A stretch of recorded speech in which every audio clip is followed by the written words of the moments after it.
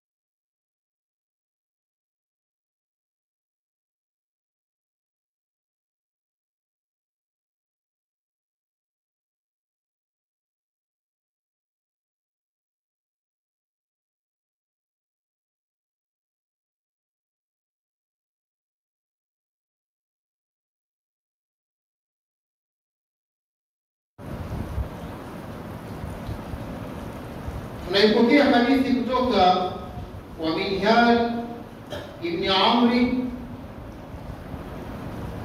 عن البراء بن عازب صحابة mtukufu Al-Minhal ibn Amri naye anatusimulia kutoka kwa sahaba Al-Barra ibn Azib, wote Mwenyezi Mungu wa mirab. Alisema sahaba Barra ibn Azib kwamba kharajna ma Rasulillahi sallallahu alayhi wasallam, tulitoka pamoja na Mtume, rehema za Mwenyezi Mungu juu yake na amani, fi janazati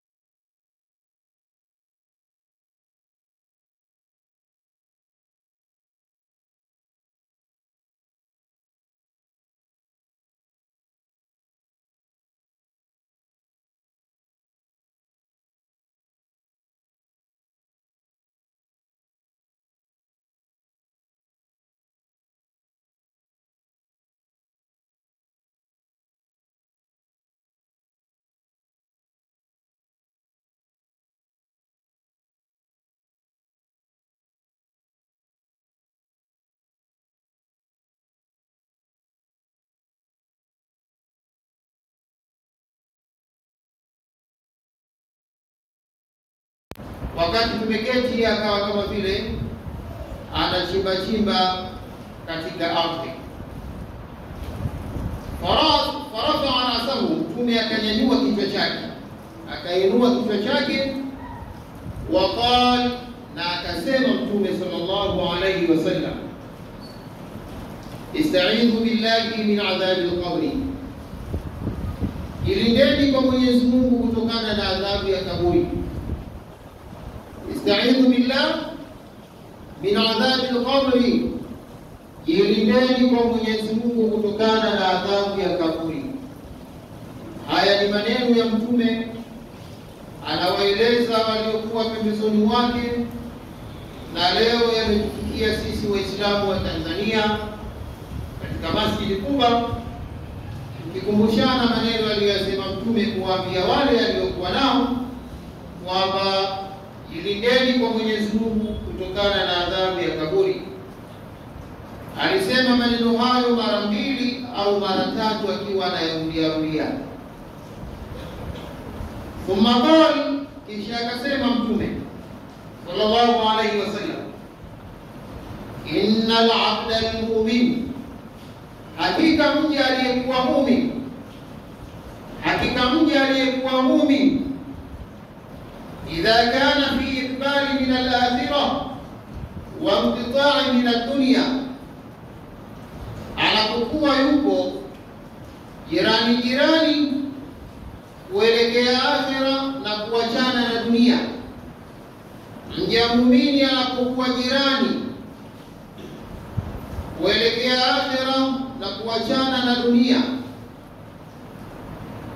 sawa sawa katika sakaratul maut, ugonjwa, au yuko kawaida tu, lakini tayari time zake tayari zinakaribia kuelekea akhira na kuiacha dunia.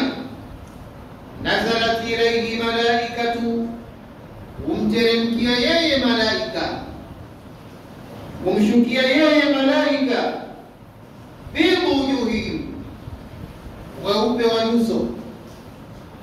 Hawa malaika ambao wanamteremkia wanakuwa wana nyuso nyeupe, kashamsi, kama vile jua. Weupe wao ni kama vile jua.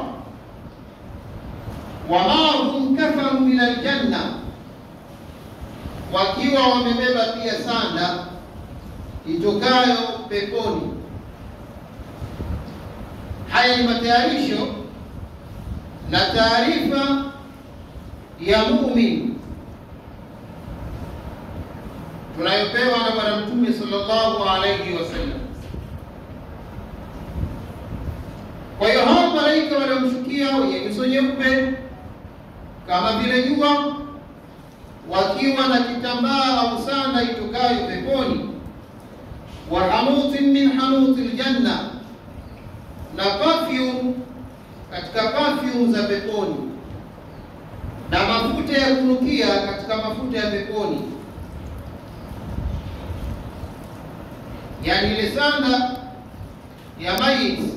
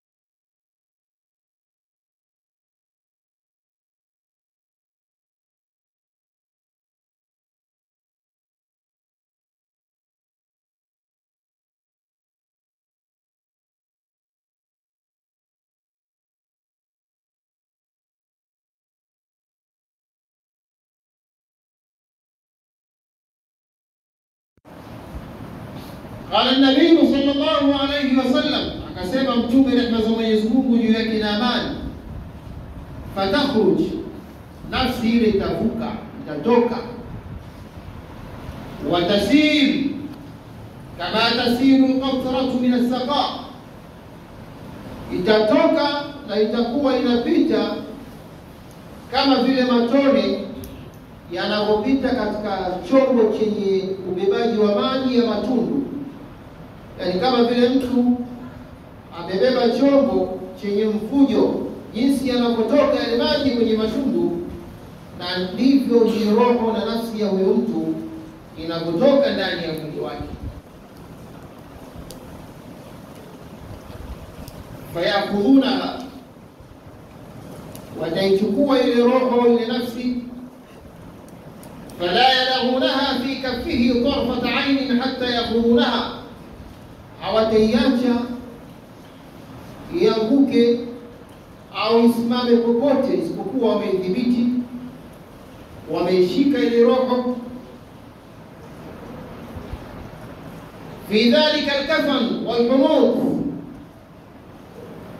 wamehifadhi ile roho katika ile sanda na katika yale manukato waliotoka nayo peponi. Fayakhruju minha, nafsi au roho itavuka katika mwili, ka'adhiyabi nafha misk, ka'adhiyabi nafhati miski wujidat ala wajhi al-ardh.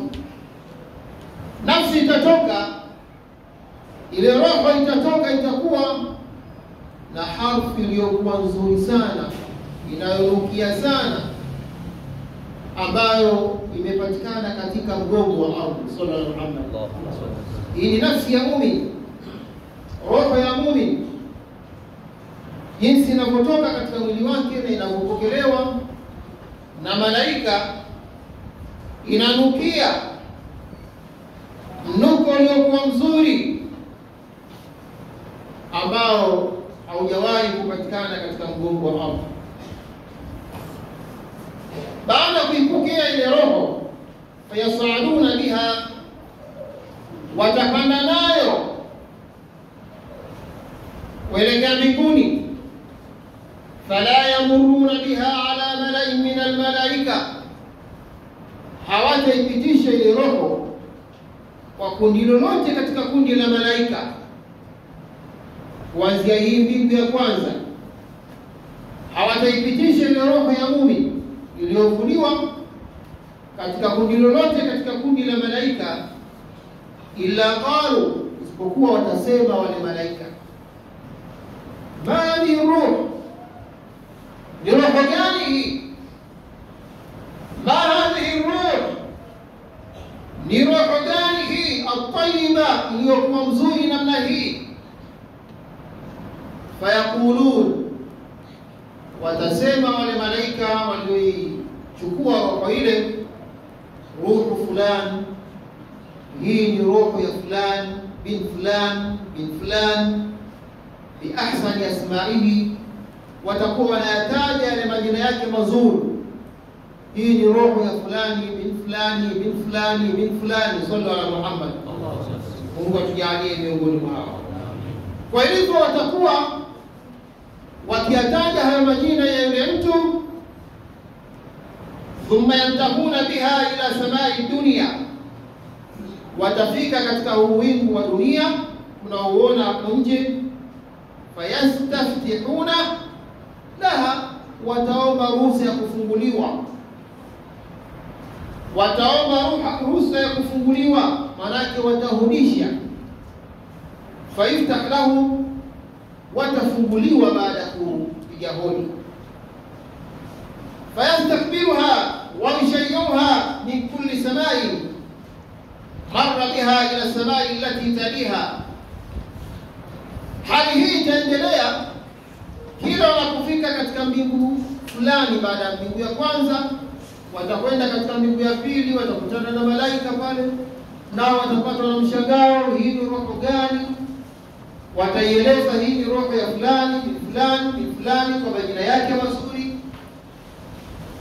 Wataomba, watapitishwa katika huo wingu, na itapokelewa ile roho na itasindikizwa na wale malaika waliokuwa pale. Si kwamba wafungulia tu, bali kila kundi la malaika waliokuwa katika wingu wa kwanza mpaka wingu wa 7 nao watakuwa kazi yao wanaisindikiza ile roho hatta yantahu biha ila samai sabia, mpaka watakoma katika mbingu ya 7. Watakwenda nayo ile nafsi mpaka katika wingu wa 7. Wakishafika katika wingu wa 7, fayaqulu Allahu ta'ala, Mwenyezi Mungu Subhanahu wa Ta'ala atasema Mwenyezi Mungu Subhanahu wa Ta'ala, uktubu kitabahu fi illiyin, yaandikeni matendo yake huyu mja. Hii roho, yani pale ni roho, dongo liko ardhini, roho iko mbinguni, imepandishwa.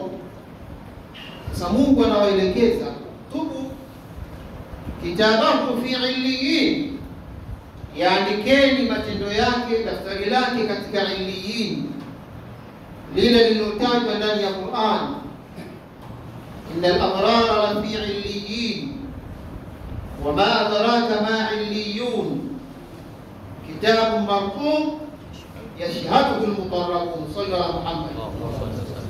Mungu anasema innal abrara la fi illiyin, hakika watu wema, iwemo huyu tunayemzungumzia hapa leo, watakuwa katika daraja tukufu illiyin. Wama adraka ma illiyun, Mungu anatuuliza, hivi unajua ni nini illiyun? Hiyo illiyun ni kitu gani? Kitabu marqum, ni daftari lililowekwa alama, lililochorwa, lililoandikwa. Kitabu marqum ni daftari maalum, yashhaduhu al-muqarrabun, wanalishuhudia daftari hilo wale watu malaika maalum ambao wao wamewekwa kwamba nyinyi mtakuwa mnacheza ndani ya daftari hili, pembezoni mwa daftari hili. Sallallahu alaihi Muhammad. Kwa hivyo Mwenyezi Mungu anatoa maelekezo, hii roho iandikeni katika illiyin, wa aiduhu ila al-ardi, na kisha irudisheni duniani, irudisheni ardhini. Kwa sababu gani? Minha khalaqtuhu, katika hiyo ardhi niliwaumba. Wa minha uiduhu, na katika hiyo ardhi nitawarejesha. Wa minha uiduhu taratan ukhra, na katika hiyo ardhi nitawatoa kwa mara nyingine siku ya Kiyama. Fatuadu ruhu fi jasadi, roho ile itarudishwa katika kiwiliwili chake, katika umbo lake, ili sasa ianze kukabiliana na mambo mengine. Mambo gani ambayo itakabiliana nayo hii roho ya muumini? Tutayaona katika hutuba ya pili. Mwenyezi Mungu Subhanahu wa Ta'ala atufanye na sisi ni waumini ambao roho zetu zitatolewa katika sampuli ya muumini huyu. Bismillahir Rahmanir Rahim. Innal abrara la fi na'im ala al-ara'ik yanzurun. Barakallahu li wa lakum bil Qur'anir Azim. Alhamdulillahi rabbil alamin, wal 'aqibatu lil muttaqin, wala udwana illa 'ala adh-dhalimin. واشهد ان لا اله الا الله ولي الصالحين، واشهد ان سيدنا محمدا المبعوث رحمه للعالمين وعلى اله واصحابه ومن تبعهم باحسان الى يوم الدين. اما بعد، hotuba yetu ya leo tunaizungumzia hali ya muumini na mwovu kaburini. Hali ya muumini na mwovu kaburini. Na hotuba yetu ya leo tunamzungumzia kwanza muumini na hali zake. Tumeona namna gani Mtume sallallahu alaihi wasallam anapotusimulia mazingira ya utolewaji wa roho ya muumini na jinsi inavyopokelewa na malaika na jinsi bishara zinazotolewa na malaika katika wingu wa kwanza mpaka wingu wa 7 na maelekezo anayoyatoa Mwenyezi Mungu kwamba hii roho iandikwe katika daftari la Illiyin, na haya yote yakiwa yanathibitisha pia yale yaliyokuwa ndani ya Qur'an. Katika sura An-Nazi'at Mwenyezi Mungu anasema wan-nazi'ati gharqa wan-nashitati nashta, ninaapa kwa malaika mwenye kuzitoa roho za watu waovu kwa nguvu, kwa kung'oa, kama vile dokta wa meno anapomng'oa mgonjwa wake jino bila ya ganzi, au kama vile baadhi ya mateso tunayoyasikia duniani, Mungu atulinde nayo, kwamba mtu wanang'olewa kucha moja moja ili aseme kafanya hakufanya. Miongoni mwa adhabu, kila siku inakuja kutolewa kucha hii bila ya ganzi, leo kucha fulani fulani. Sasa hayo yote sio adhabu, kwa sababu adhabu ya duniani hii ni trailer tu. Adhabu yake Mwenyezi Mungu mwenyewe ameisifu, fa yawmaidhin la yu'adhibu adhabahu ahadun, siku hiyo hajapata kuadhibu adhabu yake yoyote, wala yuthiqu wathaqahu ahadun, wala hajapata kukamata mkamato utakaokamatwa na Mwenyezi Mungu siku hiyo yoyote hapa duniani. Sasa ikiwa duniani kuna adhabu kama hizo, wote zifikiria, unakuna na subhanallah, ung'olewe jino bila ganzi, utolewe kucha bila ganzi, maumivu yake yanakuwaje? Sasa Mwenyezi Mungu anasema wan-nazi'ati gharqa, ninaapa kwa malaika wenye kuzing'oa roho za watu waovu. Lakini mbele akasema wan-nashitati nashta, na ninawaambia malaika wenye kuzitoa roho za waumini kwa upole, kana kwamba sio wao, ndio yule polisi anayekuonea huruma na polisi huyo anayekubadilikia, malaika huyo anayekuonea huruma na malaika huyo anayekubadilikia. Sasa hii ni hali ya muumini anapokuwa na kundi lile la malaika linalotoa roho za waumini kwa upole. Sasa hii roho imefika kwa Mungu na Mungu ameshaibashiria. Sasa aniageza Mwenyezi Mungu roho irudishwe katika umbo lake, katika dongo lake, ili sasa sisi tunakuwepo duniani wakati filamu hii hatuioni, maana filamu hii haionekani kwa macho. Filamu hii tunayozungumza hapa anaiona mwenyewe Mwenyezi Mungu na malaika wake aliowapa majukumu haya. Sisi tunahangaika na mengine kabisa, tunauza na kununua, lakini kumbe mmoja wetu pengine hata wakati huu tayari anafanyiwa mambo hayo. Baada ya roho kurudishwa katika mwili wake na kuingizwa kaburini, ambapo kazi hii ndio tunayoifanya sisi, thumma amatahu fa akhbara, kisha Mwenyezi Mungu huwa anamuua mtu na kamtia kaburini. Mwenyezi Mungu anaua kaburini, hamtii Mungu kaburini. Tunafanya hatua zile sisi vijana, wakachimbe makaburi haya, watu watano hawa fulani na fulani mtaingia kuwakilisha wengine, haingii Mungu. Lakini Mungu mwenyewe anasema yeye ndiye anayemuua na yeye ndiye anayemtia kaburini. Sasa hapa Mwenyezi Mungu Subhanahu wa Ta'ala, baada ya kumtia kaburini huyu mtu, wayatihi malakani, wanamjia malaika wawili, fayakulani lahu, wanamuuliza wale malaika wawili yule aliyotiwa kaburini, au wanaiuliza ile roho, man rabbuka, nani Mungu wako? Haya ni maelekezo ya Bwana Mtume Muhammad sallallahu alaihi wasallam, simulizi ya maneno ya Mtume aliyokuwa sahihi. Tutaulizwa man rabbuka, nani Mungu wako? Fayaqul, itajibu ile roho ya muumini, Rabbi Allah, Mungu wangu ni Allah. Roho inajibu Rabbi Allah, Mungu wangu ni Allah.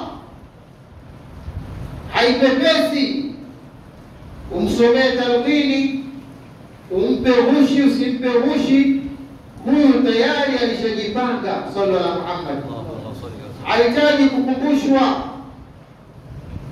Hahitaji kukumbushwa. Duniani hapo siku zote ushahidi wa kufundishwa unafeli. Wakili anakuita baada utaulizwa maswali haya. Tena muulizaji mwenyewe ndio huyo wakili anayekufundisha maswali yake. Lakini ukifika pale unatetemeka na unapotea na maswali ambayo aliyokufundisha wakili wako mwenyewe.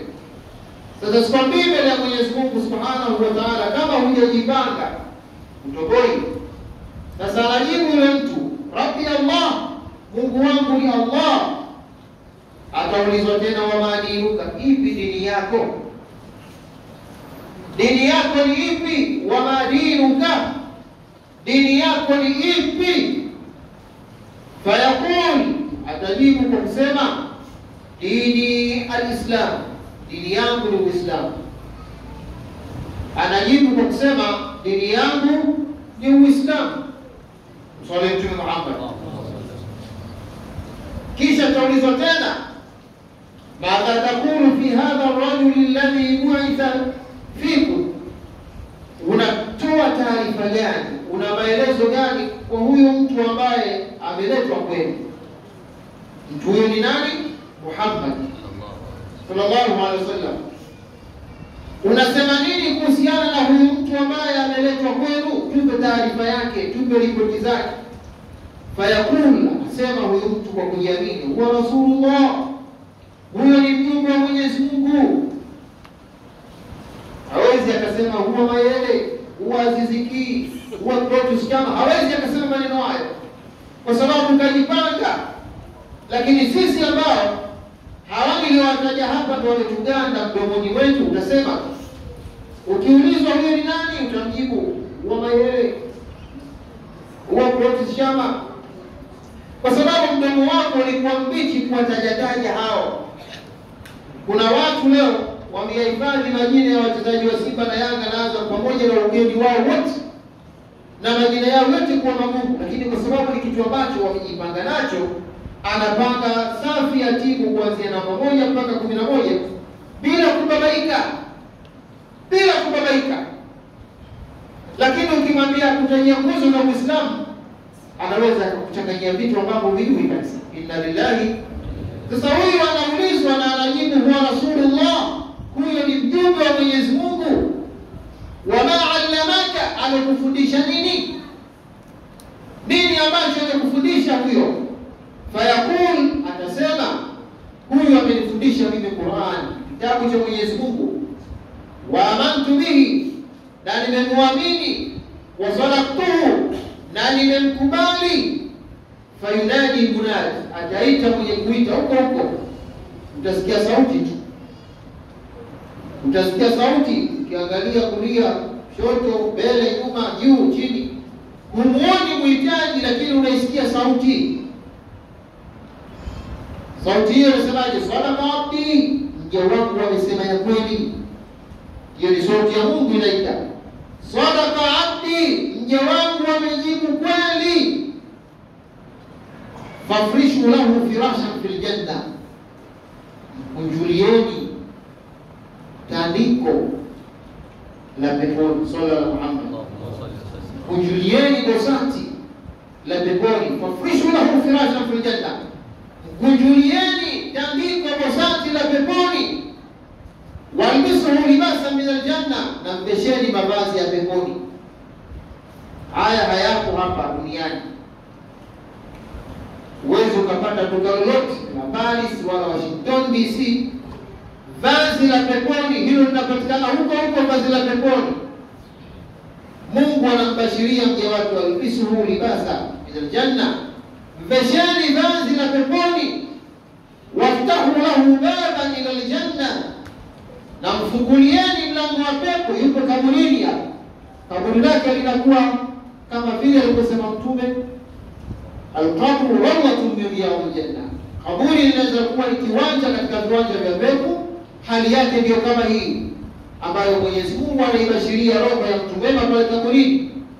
kaburi lake tayari linaanza kuwa kiwanja katika viwanja vya pepo. Yatihi biriha wa tibiha, itamfika pale kaburini kwake harufu ya pepo na uzuri wa pepo. Wa yufsahu lahu qabrahu, na litakunjuliwa kaburi lake. Sallallahu alaihi wasallam, litapanuliwa kaburi lake. Hata kama mlimzika katika sehemu ya mbanano, hata kama alizikwa katika kaburi moja la halaiki, limechimbwa shimo kubwa, wamezikwa kule watu 200, basi yule mtu aliyokuwa muumini mule ndani, wala usibabaike wala tusibabaike kwamba kazikwa na wahofu, kazikwa kwenye kaburi la halaiki. Yule tayari anaingia kwenye kivuli katika vivuli vya pepo. Sallallahu alaihi wasallam, yani kaburi lake linakuwa ni kiwanja katika viwanja vya pepo, japo kazikwa katika shimo la halaiki ya watu. Wayatihi rajulun hasanul wajhi, kisha atamjia mtu mwenye uso mzuri. Huyo mtu wa kaburini yukoje? Katajwa mtu tu, katajwa mtu, hafanani na mtu wa Mwanarugari, hafanani na mtu wa Tanzania, mtu. Wayatihi rajulun hasanul wajhi, atamjia mtu mwenye uso mzuri. Tuyibu rih, anamkia vyema, harufu yake mzuri. Yani yule mtu mwenyewe anatoa harufu iliyokuwa nzuri. Fayaqulu lahu, atamwambia yule aliyekuwa pale kaburini, abshiri billadhi yasarak, furahi kwa yule ambaye amekufanyia upesi huu. Sallallahu alaihi Muhammad. Amma man utiya kitabahu biyamini fasawfa yuhasabu hisaban yasira, yule atakayepewa daftari lake kuumeni kwake atahesabiwa hesabu hizi kabisa nyepesi. Sasa huyu kiumbe, mtu aliyemwendea akiwa na uso mzuri, mwenye harufu nzuri, anamwambia jipe furaha kwa yule ambaye amekufanyia wepesi huu. Hadha yaumuka alladhi kunta tu'adu bihi, hii ndio siku yako ambayo ulikuwa unaahidiwa. Jamani kuna 1 2 3, jamani wako wanaosema nani kaenda karudi. Mashehe nyia mwachi stories za uongo, kila siku kaburini kaburini, nani kaenda akaja kutupa mrejesho kuna 1 2 3. Sasa yule muumini ambaye kashikamana na yale yasiyoonekana, kaamini visivyoonekana, anaambiwa hadha yaumuka alladhi kunta tu'adu bihi, hii ndio siku yako ambayo ulikuwa umeahidiwa. Alladhina yu'minuna bil ghaibi, wale ambao wanaamini yaliyofichikana kama haya. Fayaqul, yule mtu sasa naye ataanza kusema man anta, wewe ni nani? Mbona sikuelewi, wewe ni nani? Yule mtu atasema fayaqul ana amaluka salih, mimi ndiyo matendo yako mema uliyotenda duniani. Sallallahu alaihi wasallam. Yule mtu anamjibu huyu kiumbe katika kaburi, ana amaluka salih, mimi ndiyo matendo yako mema uliyokuwa unayatenda duniani. Yameletwa katika umbo la sura ya mtu mzuri anayenukia. Ndugu zangu Waislamu, haya yanampata mwanadamu, mimi na wewe. Inachotakiwa kuwa muumini, tusio Waislamu, tusio Waislamu. Uislamu ni pasipoti. Alislamu bimathabati aljawaz, Uislamu ni mfano wa pasipoti. Ukienda uhamiaji ya mkoa ukafanya process za kupata pasipoti na ukapewa pasipoti kubwa ile miaka 10, vile ilivyo tu. Uwezi ukienda airport ukasema jamani nipisheni nikaingie kwenye Airbus, pasipoti yangu yapo, usafiri kokote. Sallallahu alaihi wasallam, usafiri kokote ati kwa sababu mimi ninataka pasipoti. Hausafiri kokote kwa pasipoti yako mpaka ile pasipoti kuna vitu vitakavyoitia nguvu ile pasipoti yako. Kuwe na visa kule ndani, kuwe na vibali unapotoka unapokwenda, ndipo pasipoti yako itaweza kukusafirisha. Na sisi hatuwezi tukasafiri safari hii ambayo leo tumeizungumza ati kwa sababu sisi ni Waislamu. Baada ya Uislamu tunatakiwa tuwe waumini. Na ndio maana Mwenyezi Mungu anasema ya ayyuhalladhina amanu, enyi mlioamini, enyi mlioamini, peponi wataingia waumini, hawataingia Waislamu. Uislamu ni kitu kingine na uumini ni kitu kingine. Uumini ndio utakaotuingiza peponi, sio Uislamu wetu.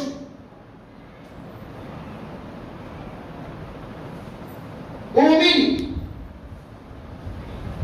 Na ndio maana unamkuta yule muumini ambaye alimkuta mbwa, mtu sio muumini, mtu tukiumbe wa Mungu, ukamkuta mbwa na hema ovyo, anakaribia kula mchanga kwa kiu iliyompata, na pembezoni mwake kuna kisima, hawezi kufikia yale maji, anakaribia kufa huyo mbwa, akavua kiatu chake, akamchotea maji yule mbwa, akamvesha mpaka kiu chake yule mbwa kikawa kimepoa. Kwa tendo lake lile tu yule mtu, kwa tendo lake lile tu Mungu kamuingiza peponi. Sallallahu alaihi wasallam. Amemuingiza mja peponi kwa sababu ya kumvesha mbwa maji, tena mbwa ambaye kwa sisi Waislamu ni najisi katika upande wa ibada. Lakini huyo kamuingiza mtu peponi. Na kamuingiza mtu motoni kwa sababu tu ya kumpa adhabu paka. Kamfungia ndani paka, chakula hampi, maji hampi, kamtesa mpaka kafa. Basi huyo Mwenyezi Mungu kamtia motoni. Sallallahu alaihi wasallam. Kwa hivyo Mwenyezi Mungu haangalii sura, haangalii mavazi, haangalii kama wewe ni Muislamu, anaangalia wewe ni muumini baada ya kuwa Muislamu. Uislamu ni tiketi. Uislamu ni tiketi tu.